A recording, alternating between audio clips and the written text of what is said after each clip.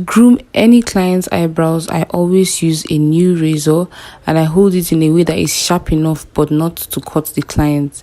And after that, I'm going to go in with powder to mattify the eyebrows before I brush the hairs up.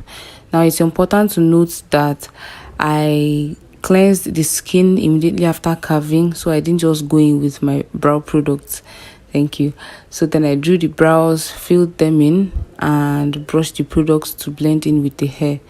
And then I went in with a tinted eyebrow gel to add some color and hold the brows in place.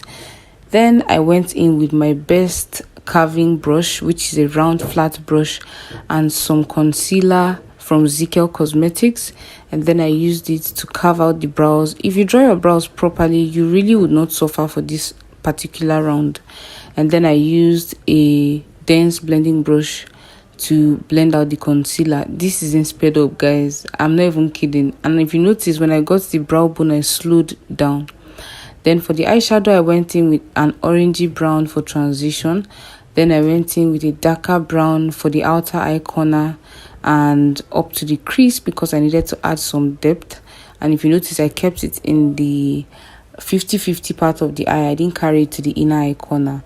Then I went in with the blending brush again and some orange, and I blended it out. And then I went in with some shimmer. This is just pure gold. I just wanted it to be like really nice and yellow gold. Then I added some pigments on top of the eyeshadow, and then I went in with some glitters on top. Like, talk about layering. But I really wanted this eyeshadow to give, and it was giving what it was supposed to give. Like, that's so pretty.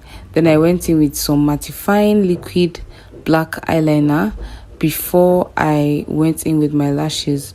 So what I did was to comb out the main eyelashes using mascara.